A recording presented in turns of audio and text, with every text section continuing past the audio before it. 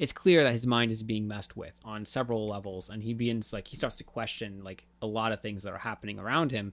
And you have, as the viewer, since you're kind of following his shoes, you're kind of being thrown for a loop as well, where it's like, what is happening? Like, what exactly? Like, you're like trying to figure out, like, there's sudden concerns, I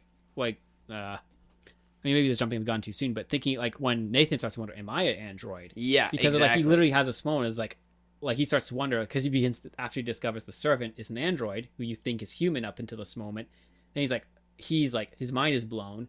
Yeah, he's questioning everything, and he's like, am I a robot too? Yeah, in the midst of this, and it's like he starts like cutting himself in the bathroom, like seeing if he bleeds and seeing like trying to make sure he's actually human. Yeah, so there are disturbing things that happen. Yeah, it is not. It's interesting because I have to remind myself that that's what this movie is. Just because I recall watching this for the first time being very disturbed by this movie. Oh, okay. But then watching it the second time, I enjoyed it a lot more.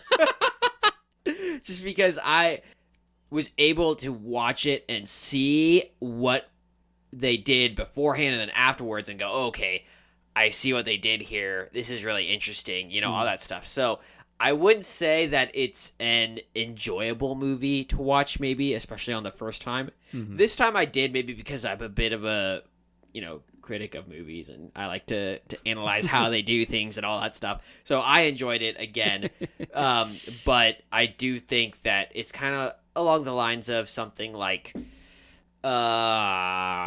gonna kill me. The M. Night Shyamalan movie. No. It was. It's got 10 Cloverfield Lane. That's what it is. It's kind of similar to that, right? Where it's similar to 10 Cloverfield Lane in that it's one of those movies you're like, what did I just watch after you watch it, right? So there is that. But getting back to what you said earlier, where Caleb starts cutting himself and questioning reality, I thought that was very interesting just because of the whole nature of the topic, where we're talking about understanding reality, right? And the whole premise of the movie is Nathan bringing in this character Caleb to question if this AI has sentience, right? Or is alive. Does it have consciousness? Right, does it have consciousness? Does it think on its own?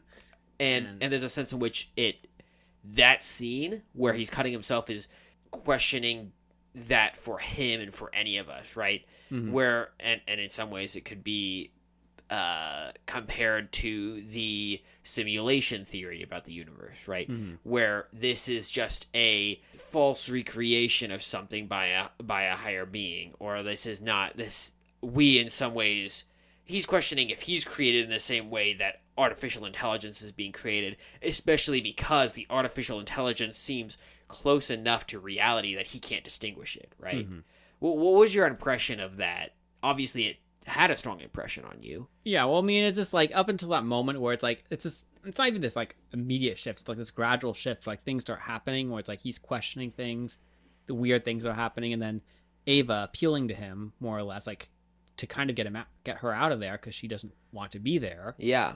And then he like finds these videos of like past androids that Nathan has worked on that he clearly abused or destroyed and hurt. Right. There's almost like this, you almost get drawn to be sympathetic to the androids because they're very human looking and very human like in some ways.